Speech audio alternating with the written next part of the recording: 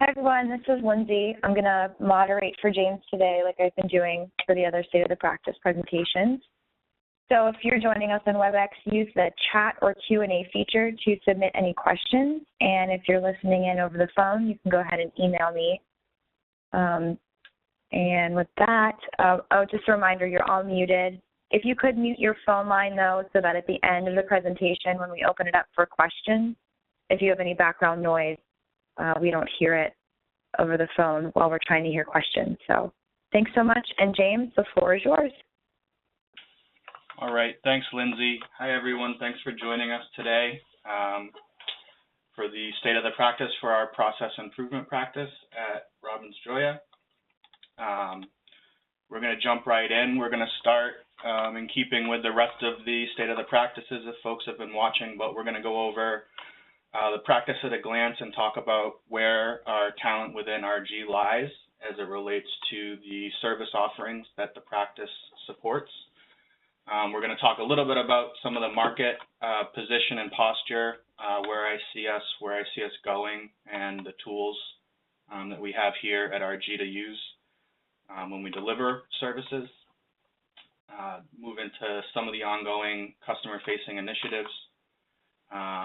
Talk about some sales support activities, and then talk about what's happening internally at RG with process improvement, both program-wise as well as what I'm hoping to do with the practice this year and education and development. And then finally, we'll finish up with risks and mitigations that I see for this 2015. And as we go, as Lindsay said, just shoot some questions into the chat box. I'll try to pause and talk to Lindsay, but if they start backing up, she'll just edge her way in and ask. So feel free to shoot those over as they come. We'll also try to pause at the end for questions over the phone. You see how I've rated these as far as the traffic light, red, green, yellow. This is just an overview, but we'll get into it as we go through slide by slide. So, all right, practice at a glance.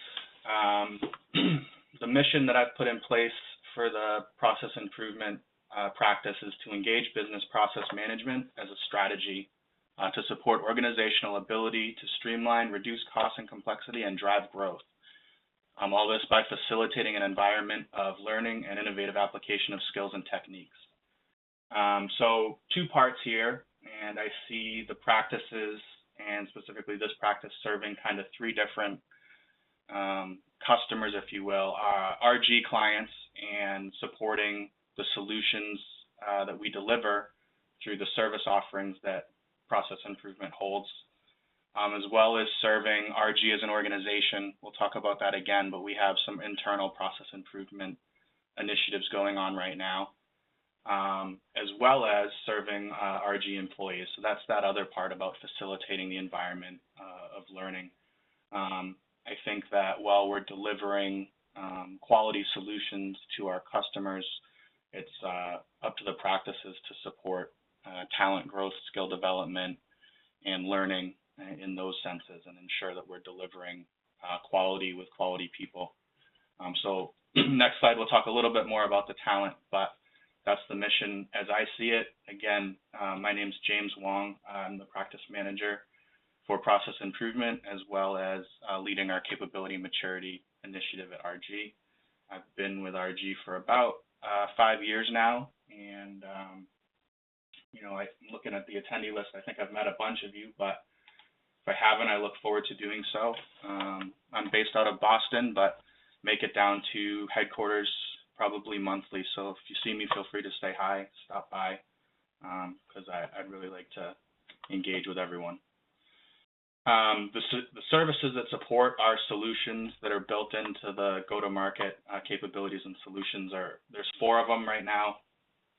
The first being Six Sigma and Lean Six Sigma program assessment, design, and implementation. And this is really, you know, specifically geared towards running a Six Sigma or a Lean Six Sigma program for a client, or participating in a program that they already have ongoing, and supporting them with, you know, experts, green belts, black belts, what have you, and driving it, process improvement from that sort of the Six Sigma methodology perspective.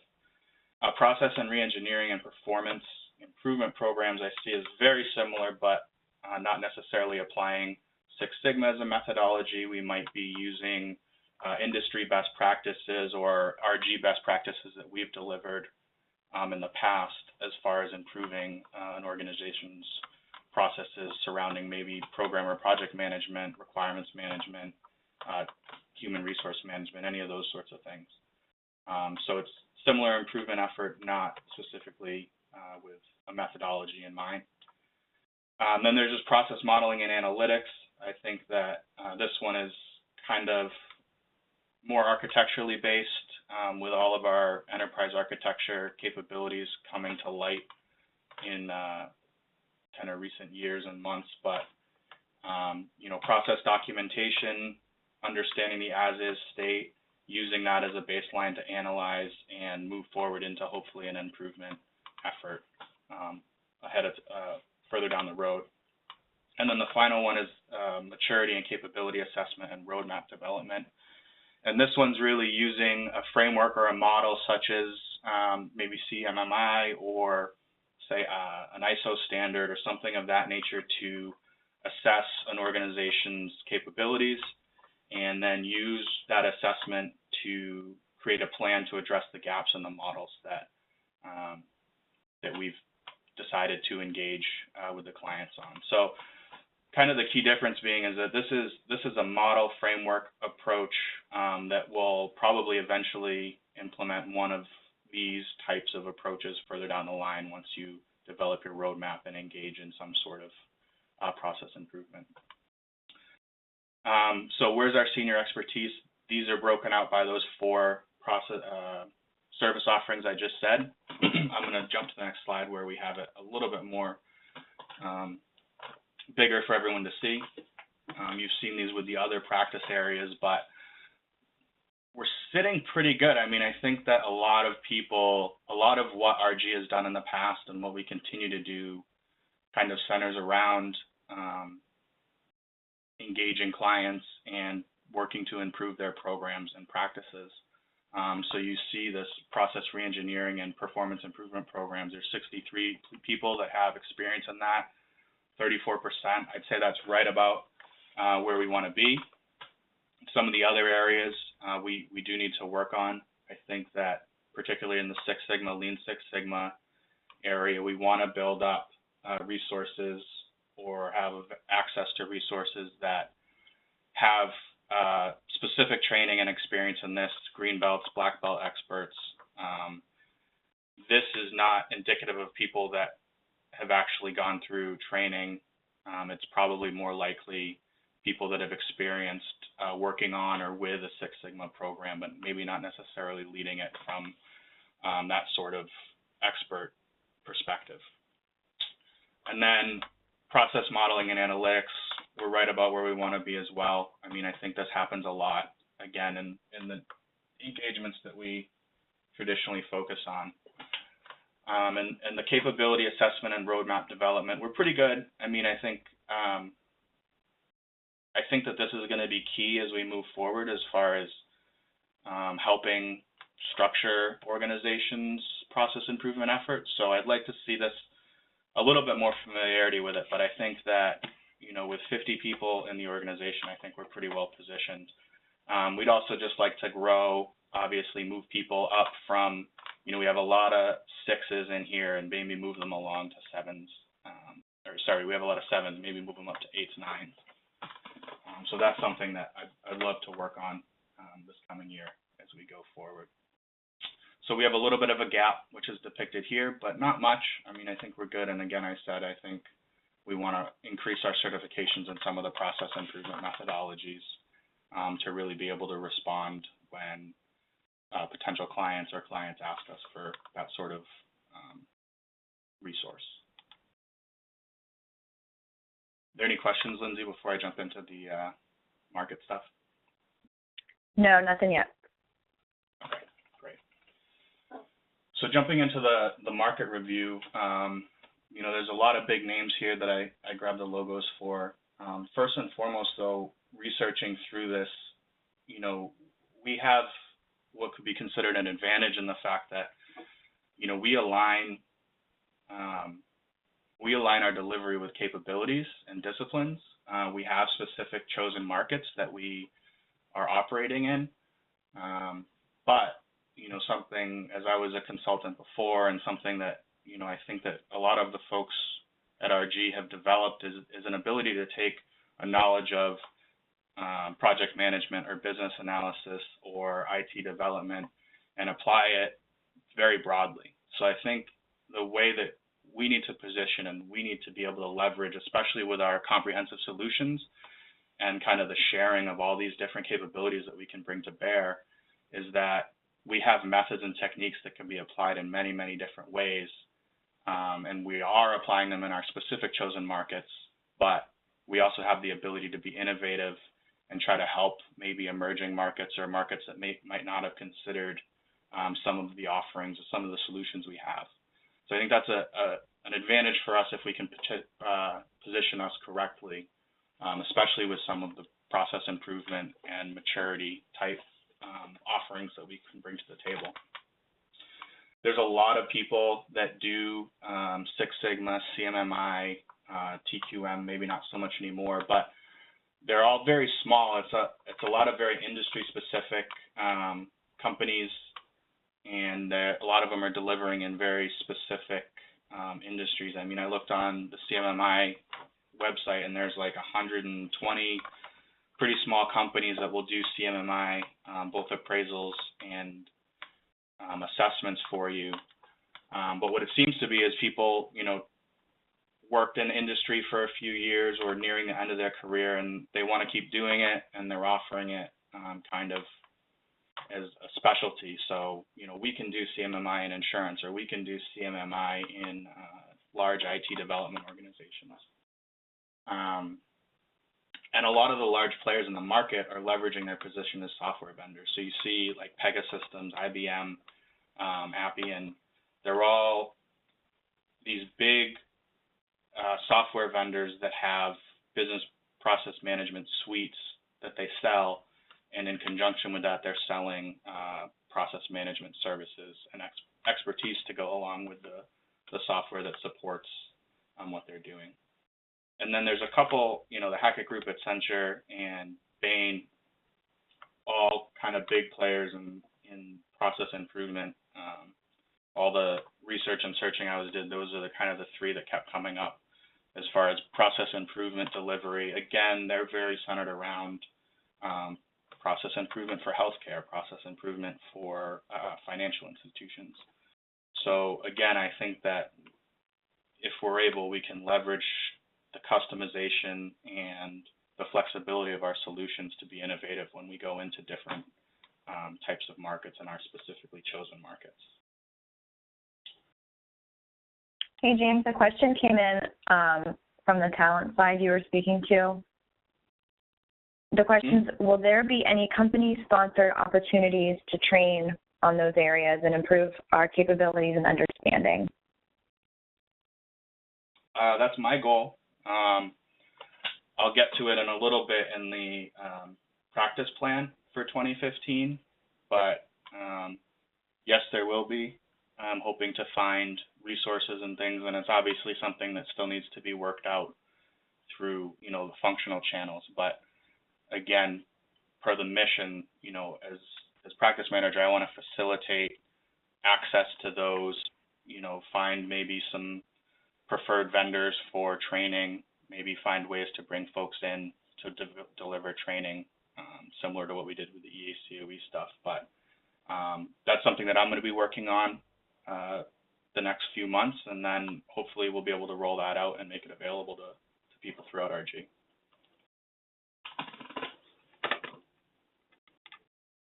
So if later on that's still a question, we can come back to it. All right, so I broke out the trends in the market into where we're headed and where we're at now, keeping in mind the markets that we've chosen to operate in, as well as where kind of the experts around the way think that process improvement or business process management is heading. So first and foremost, as moving forward, in our society and our industries, meeting consumer expectations is big, and it's big now, and it's going to continue to be big. There's an expectation of customization, there's an expectation of flexibility, and there's an expectation of self-service. So with that in mind, our clients, ourselves, whomever, have to be cognizant of redesigning and re-engineering processes to meet those needs. We can't be accepting paper applications anymore. We can't be things like that, and we need to be thinking about it from our client's perspective as well as how are they putting some of the processes and changing the doers of the process to consumers at times rather than internally.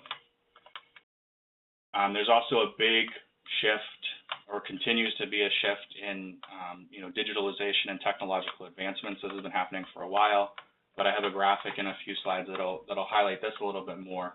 But as technology becomes more dynamic and more responsive, people are going to be finding ways to match it up with their processes and use it to leverage some of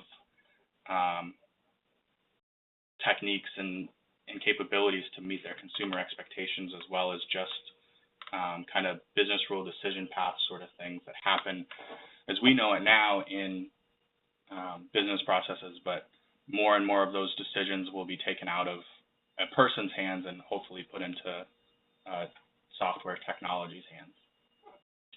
There's also the integration of an evolving workforce. So as technology comes into play more and more, and this came up in some research that I was doing with John Strohecker on kind of production improvement and manufacturing-based things, but I think it's applicable across the board in that when we look at resources that are being hired to interact with the processes and manage the processes, it's becoming people that can manage the technology that's associated with the processes, or the technology that manages the processes rather than people managing the processes. So there's a slight shift there, and there's additional processes, and then the roles and responsibilities are changing a little bit. So how do we note that? How do we recognize that? And how do we plan that into the processes and the improvement efforts that we're delivering? And then the final thing is business process management, or BPM, driving growth in organizations. So as we see folks like enterprise architects kind of creating the scope of the organization or the enterprise, and then making decisions based on initiatives that they see as gaps in the architecture to get them to the to-be state, rather than the initiative being to just document the processes and to support the processes with technology. Again, in keeping with the other three, the processes are going to start to evolve to meet the customer needs, to meet the technology needs, and they're going to have to change, and they're going to end up driving growth. And then we're still going to have the same thing where technology has to support it. But I'd really like to see us take this overall concept of business process management, which includes, model-driven assessments, which includes stuff like Six Sigma and traditional process improvement methodologies, but planning for it, leveraging, again, our comprehensive solutions and starting to recommend, process management as a strategy that organizations can imply or take on as an initiative moving forward.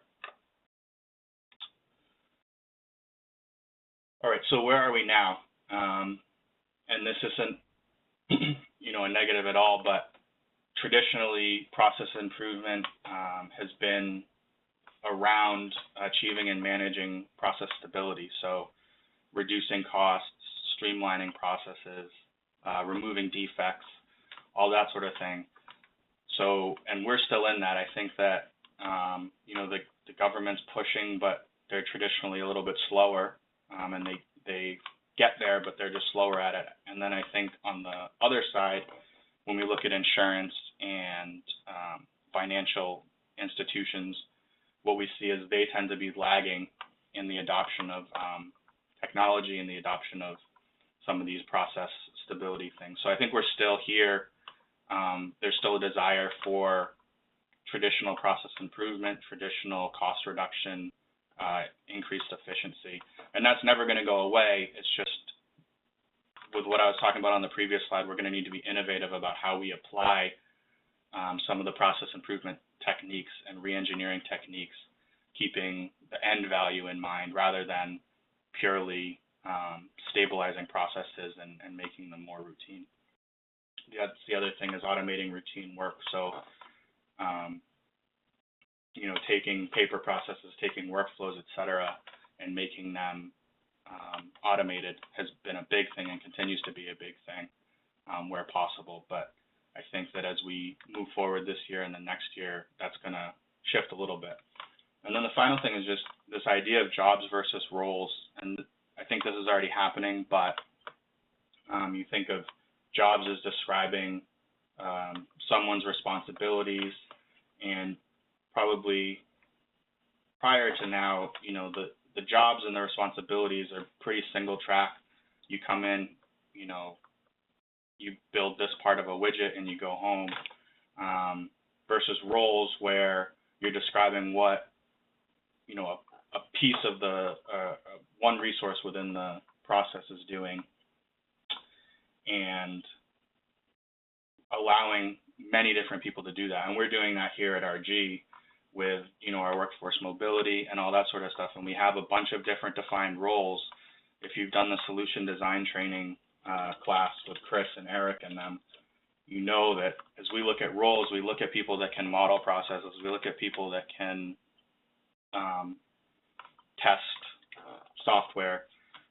We look at people that can run a project. But those are types of skills and types of responsibilities that probably a bunch of people at RG can do all of those different things. So I think that, again, we're still at a lot of these places and we still need to continue to deliver this, but we have to keep in mind where everything's going with the industries and with the workforce. So I have a couple of graphics that I pulled from Gartner. I think they came out the end of last year, but I'm trying to depict or use them to depict what I was just talking about a little bit in this case, business process management driving growth.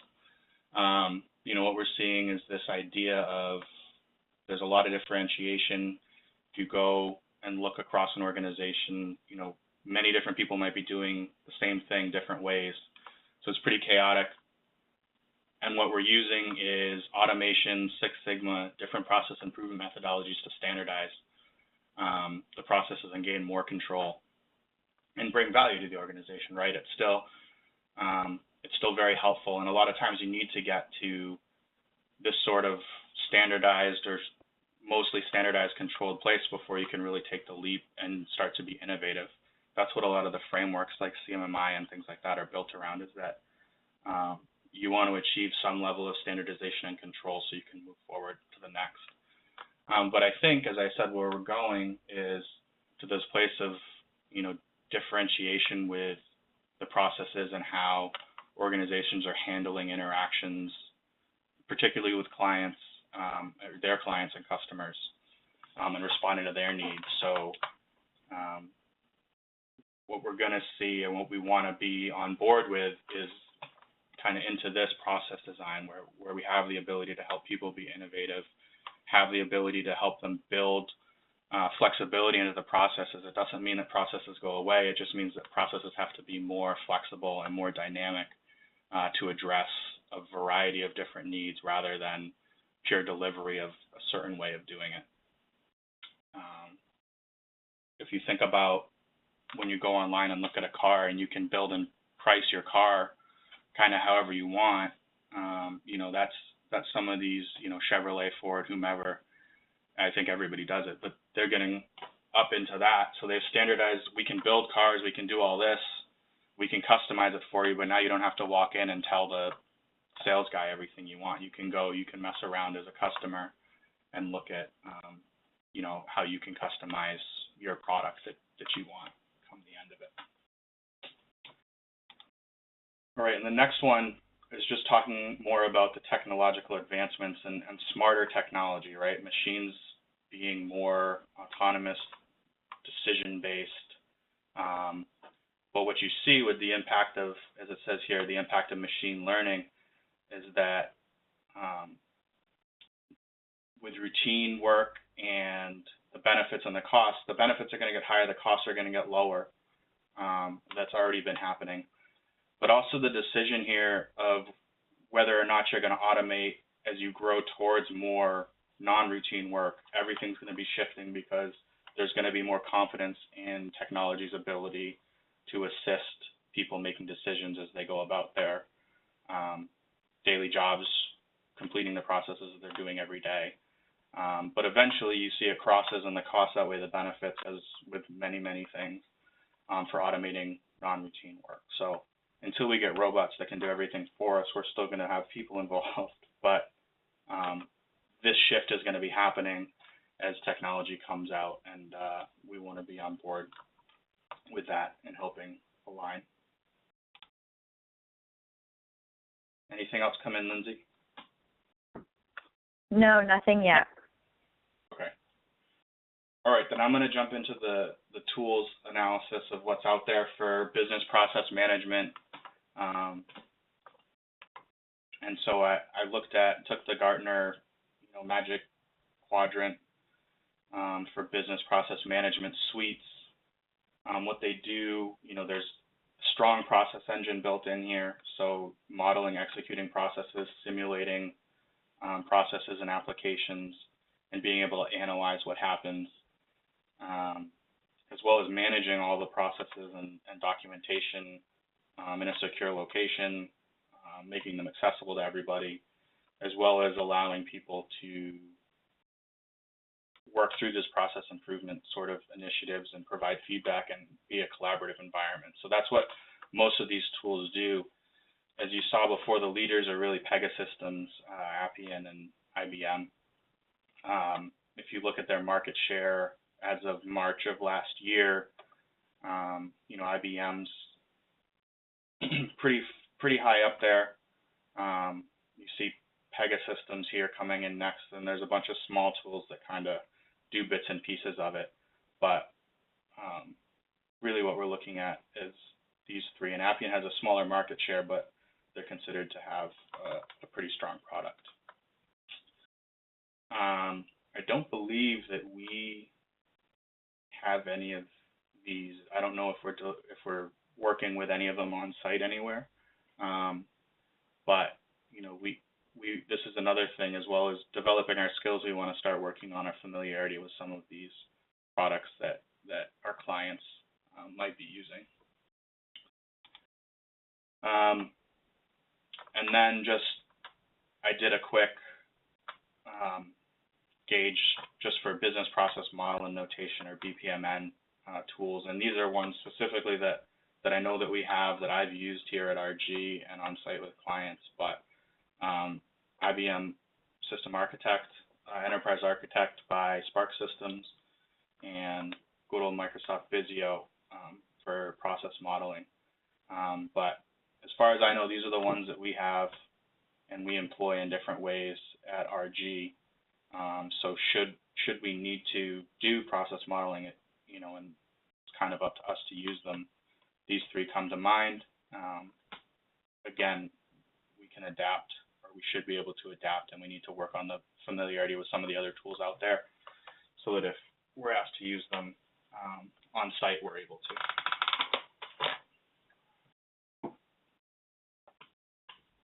All right. So customer-facing initiatives, and this is yellow, and I'm still wrapping my head around this.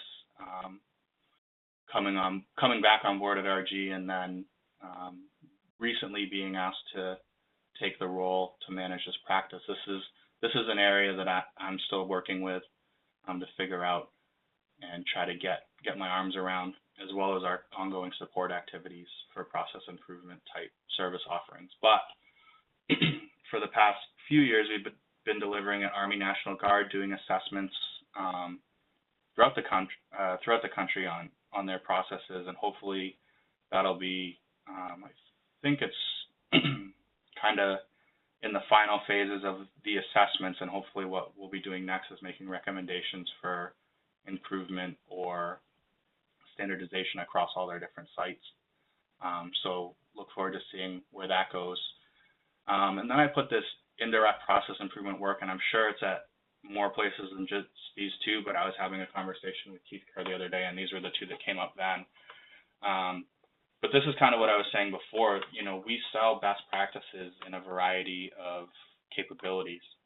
So if we're on site somewhere delivering program management or working with their program management office, oftentimes it involves improving the processes that they apply. So again, it's indirect, but you know, at both DLA and DHS, you know, we're working to improve processes. I think that you know, I know in some of the projects that I was on previously, CBP being one of them, Cigna, MIT, Navy Federal Credit Union, all those, you know, whether or not they really brought us on for a process improvement effort, we ended up doing a lot of that work and, you know, leaving them with an improved process. So I think the message here is that a lot of people are doing this, and it's great, and then we just need to be looking for the opportunity to specifically be putting process improvement or business process management into play when we deliver solutions to our clients. The other thing is yep. No, I didn't want to, sorry to interrupt your thought. A few questions came through whenever you're ready to seek them. Yeah, just let me finish up what I was thinking. Because this, in particular, this, you know, where we're delivering, what we're delivering is new to me, and it's something that I'm trying to still get up to speed on. You know, folks on the phone, anyone else, please, you know, feel free to reach out. Just send me a note, let me know, hey, we are doing this here. Hey, this is coming up, and we think this is an opportunity. Anything like that. I really value the community's input on that front. So go ahead with questions. Okay, the first question is, how do you see process reengineering interfacing with our EA-based go-to-market strategy and solutions like EBT and ESO?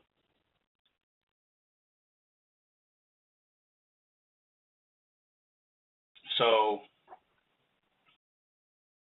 EA-based. So this really goes back towards kind of the business process management idea. And I've been kicking this around a little bit, but you know, we call this practice process improvement, which is, in my opinion, a specific part of managing business processes overall. And especially as we take a architecturally based approach to a lot of our solutions, you know, folks that have been through the training or even just familiarity with it know that when we do the core architecture, we're looking at roles, goals, processes, deliverables, materials, all those sorts of things. And processes is a key column in there. So I see, as you know, if we're doing the architecture and we're coming out with, you know, a column of all these processes, whatever the scope may be, you know, enterprise-wide, division-wide, you know, specific solution-wide, there's always going to be that set of processes. And again, you know, people, process, technology, it keeps coming up. So I think that we can really leverage that approach to be able to weave in, you know, when you're looking at transforming your business or when you're looking at strategic decisions, you really want to take into account how are you going to manage the processes that you're putting in place to make sure that they're lasting, that they're actually supporting your goals, and that the folks involved and the technology involved is adequate and going to be effective when you do that. Otherwise, you know, when we're delivering, I think at the core and kind of some of the glue is the process and the business process that people need to be delivering. So if we think of it in terms of business process management, where we might just be recognizing what's going on at an organization and figuring out their as is, and then saying, well, we're pretty happy with our processes, but let's put some new technology in place, or let's change around, you know, let's shift this from, you know, the clerk to the customer and figure out how to do that. And with anything, when you implement new technology, a lot of times, or transform an organization, the processes are going to change a little bit. So it's really necessary to, at the very least, redocument those and put them in place and think of it as really managing your processes and keeping them up to date. That was probably a little bit of a long-winded answer, but I'd really like to see us shift kind of the practice towards overall business process management in kind of that comprehensive context, which still includes process improvement. But I think it ties better to our EA approach. Were there more? Okay. Yes, there's a couple more. How has our new CMMI certification altered the landscape for your practice and our sales pipeline? So I was going to get to that on the next slide. Was the other one, can you just give me the other question real quick, and I'll decide in which order to answer them, if that's all right? Sure. Well, that was a two-part question. Do you want the second part of that, or just other questions that were asked? Just other questions. I'll get to the CMMI stuff. Sure. Well, one comment that came in was just as an FYI, iGrafx, IGRAFX, is the tool that RG has used in the past for delivery within the Air Force. And then on the topic of tools that we've used, the question is, what sites have we worked at with like the tools that you talked about? Are they used at ARNG, DLA, DHS? The tools that we're using System Architect down in Montgomery, I believe, and then Enterprise Architect. That's really primarily used, I think. It came with the acquisition of Doreen Evans Associates, so that's something that I'm really familiar with, and a lot of the delivery using that tool was on some of our heavier kind of requirements-based solutions. But in that, the short answer is in that, and we do kind of basic BPMN process modeling to get the end result. And then Visio, I think, I know I used it in response to a couple proposals maybe a year ago. And other than that, again, I'm not 100% sure. But along with where we're actually doing the work and where we're looking to do work, I'll work on figuring out more about the tools as well. That's all right. Thanks. I also had someone else comment that we've used Blueprint for some projects as well. Yeah. And I have one more question that's come in. Should our original service offerings within your practice be redefined and or rescoped around CMMI disciplines?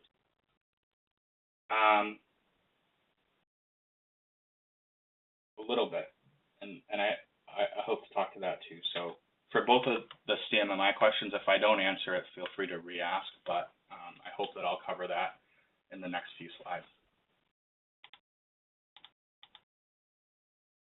All right. So jumping into the internal programs and the question about CMMI at RG. So we are CMMI for development level 2 rated. Specifically, our systems engineering and IT development practice has this rating and carries this rating. So because it's development based, when we go out and bid on solutions that are going to include service offerings from the systems engineering and IT development practice, that's where we would leverage this rating. What it's meant for the practice so far is just, it's really brought, I think, a rejuvenated familiarity with me, as well as Mike Homendy and Meryl Zakowski, who participated on the appraisal with me. But it's really just raised the level of familiarity with CMMI within our organization, I guess, or within the three of us. The bottom here, you say next we're going for CMMI for services maturity level 3. So we're hoping to do that over the course of this year, early next year.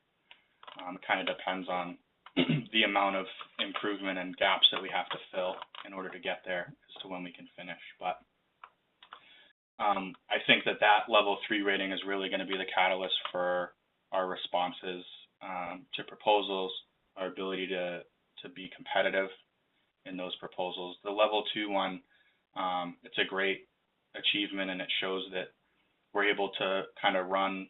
It was almost like a pilot for us to run this process improvement program. We worked with the GEO97 team. Jane was great, and we were able to put some new stuff in line, and it kind of helped show the team there, as well as Mike, who runs the systems engineering IT development practice, that how we can apply this, how we can continue to grow, and show that we have this kind of set of processes that we can now pick up, evaluate, use throughout elsewhere if we can. And that's what really gets into this, the bullets here, is that we want to start developing a set of standard processes. So if you look at that, go back to that graph, we want to start standardizing processes, and this is delivery of our service offerings,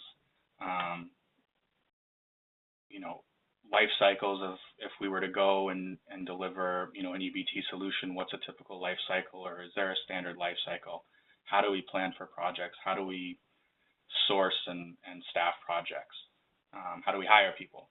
Things like that. So we want to start working towards a set of standard processes, which will have, as I mentioned, built-in tailoring and flexibility available, but that's going to help us get to this bottom thing of maturity level 3.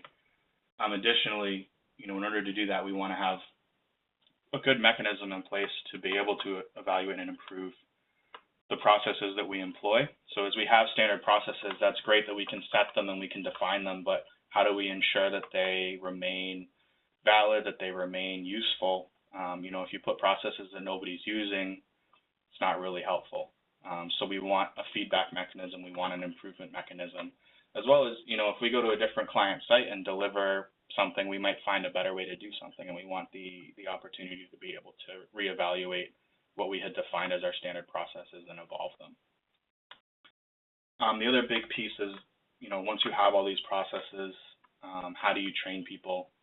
How do you let everyone know this is the RG way that we deliver these service offerings? So what I'm talking about here is a little bit less skills and techniques and more, when you go on site to do enterprise architecture, how do you do that? Or when you go on site and you're providing QA for software, how does RG believe the best way to deliver that is?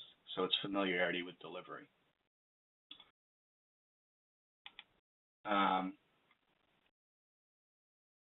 So if that didn't answer that first CMMI question, please just re-ask. Or Lindsay, was there a second part to that? Sorry, follow up. Let me see. Nothing came through. Okay. Yeah, we're good. All right.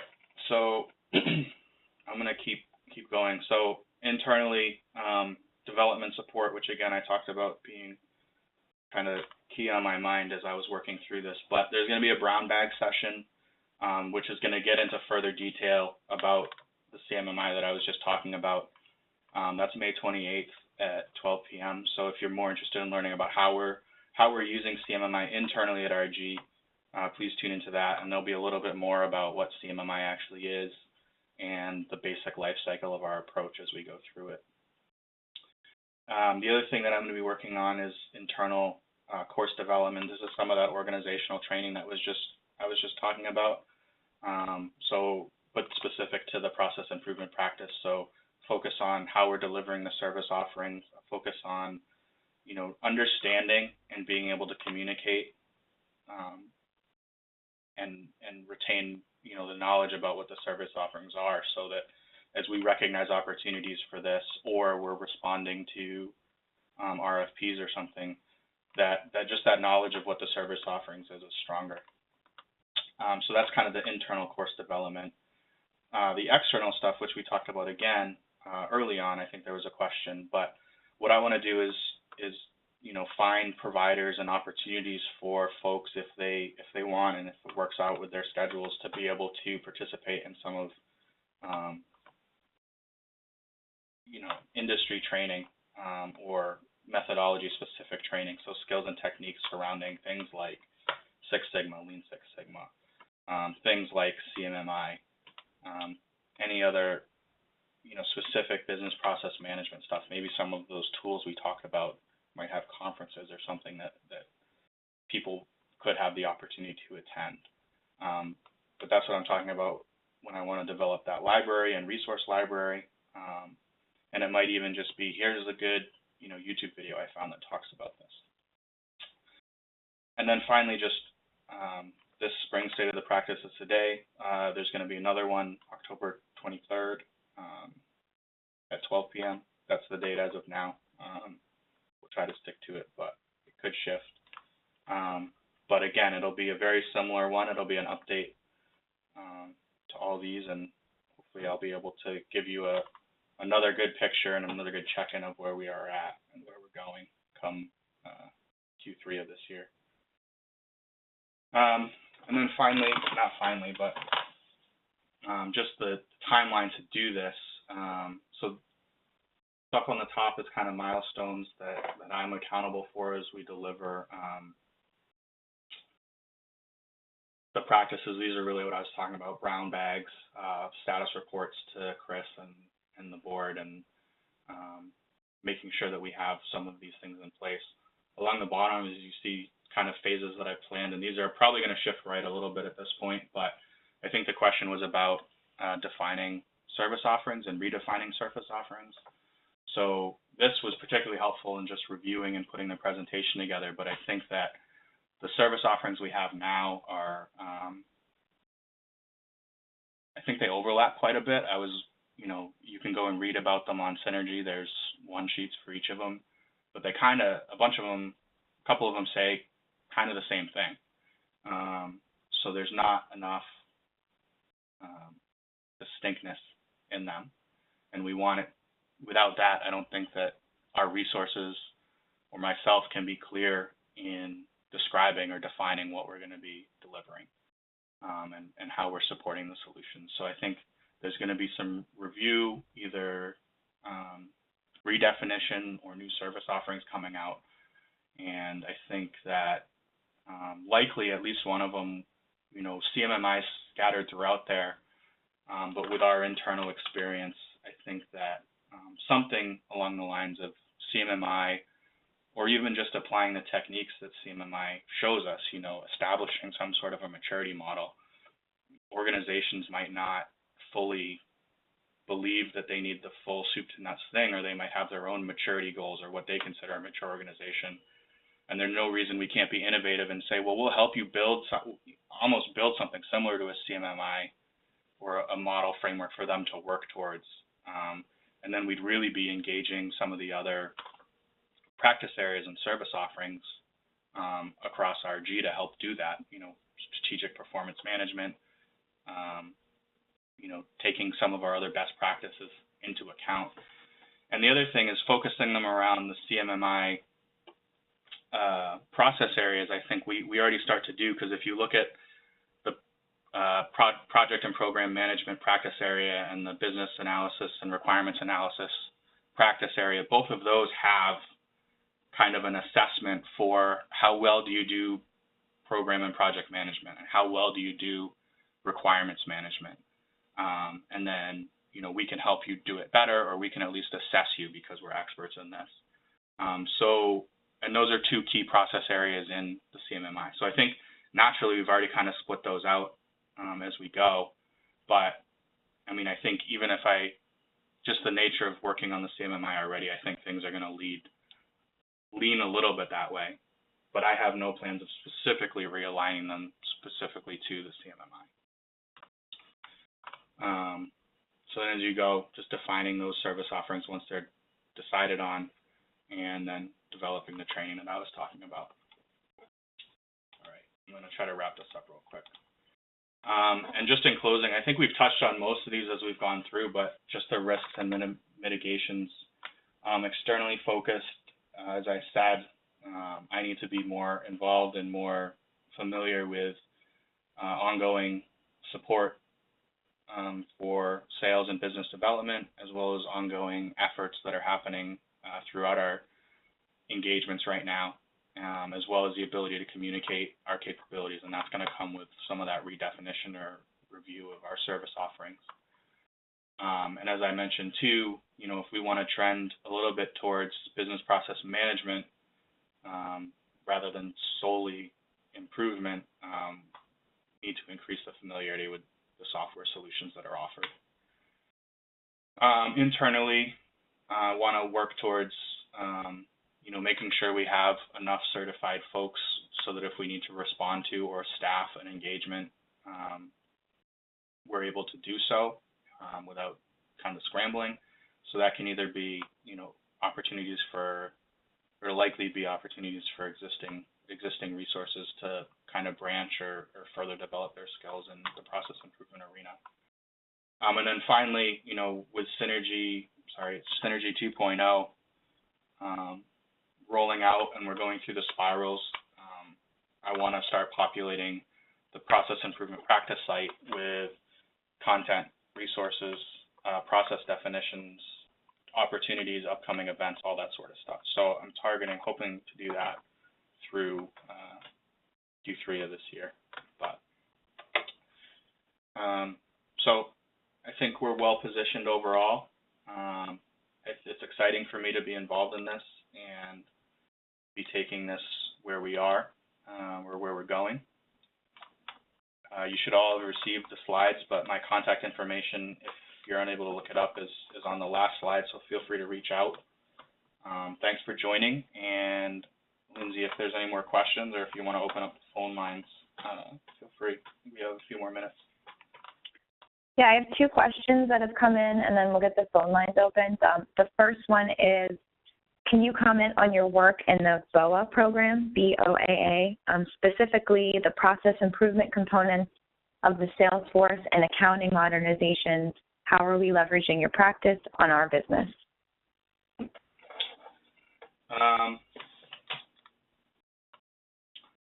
Yeah, so the financial one I haven't been as much involved in, but the Salesforce realignment, we took along, again, our own internal initiative to say, does Salesforce best support our business development process?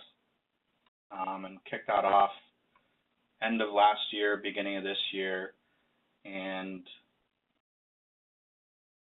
really employed.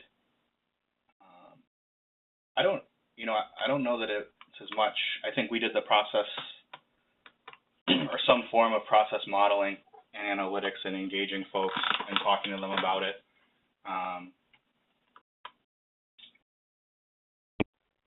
With some, Rick Agopsowicz coming on board, I think that we might just now be getting into some of this process improvement and using some of these techniques at this point. So I think that I don't know that it's direct application of process improvement practice, but I think it's probably a good example of, the mobility of me being involved in the process improvement practice, formerly being a business analyst, as well as being involved in the enterprise architecture practice. I think I was able to bring, kind of in the sense of our, customizable solutions, 3 different perspectives to bear and 3 different skill sets to bear. But so I think the process improvement is coming still. With some of the analysis and stuff, we definitely talked through the processes, took the pain points from it,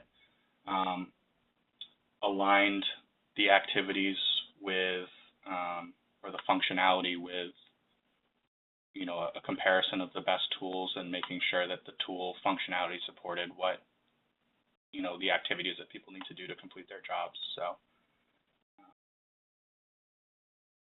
yeah. Thanks. The next question is, the executive committee heavily leverages blogs to communicate with us. Have you considered doing the same? Through the practice site? Sure. I think it's occurred to me as I read through them, I'd be like, it's cool to write this out. So, that might be a little bit later in coming, but, you know, if it's something that people are looking for, I'd be happy to do that if you know, the state of the practice or the brown bags aren't frequent enough. So it's certainly something I could consider. But is there specific topics surrounding blogs that people are interested in? That wasn't included, but I'm going to let that be a challenge to the person who asked the question to come up with that. And while they think about that, there's another question that I have for you. It's back on I think slide 8. The person just wanted you to review the X and Y axis a little bit more, just the relationship of what you were showing with more standardization being equated with less value and less positive business outcomes. So I don't know if that's something you want to do now or take offline. I can jump back real quick. I don't think that it's equated with less value or less. So you have less at the bottom and more at the top, and if, you know, it could be a steeper curve, but, you know, the start of this line with more differentiation is, you know, what we're saying here is that it's starting at less scale and value, and as you standardize, you're gaining business value, better business outcomes, more better business outcomes. And then once you hit here, once you've standardized and reached, you know, more control and more standardization, you can leap back and you're going to get back into more differentiation. But the idea is that if you're building flexible processes, if you're building more flexible processes, you can get back into the differentiation by still bringing more business value.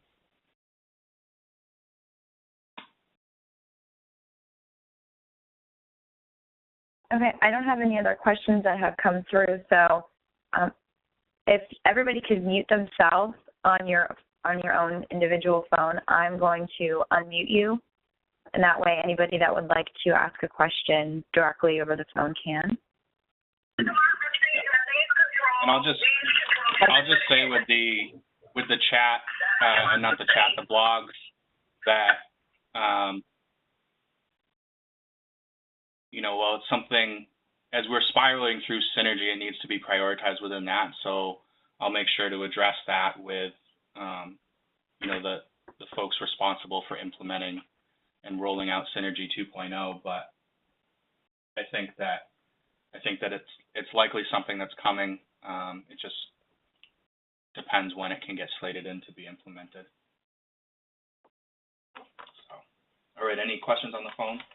Now, it's process for review and extend, you know, approval or whatever, you know what I'm saying? Yeah. So we can take those 5 slides and this is really.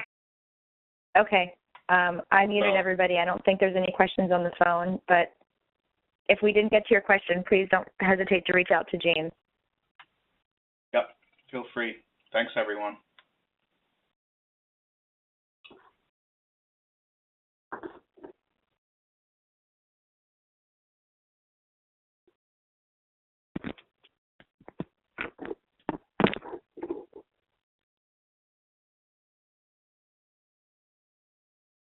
Anything trickling in there, Lindsay?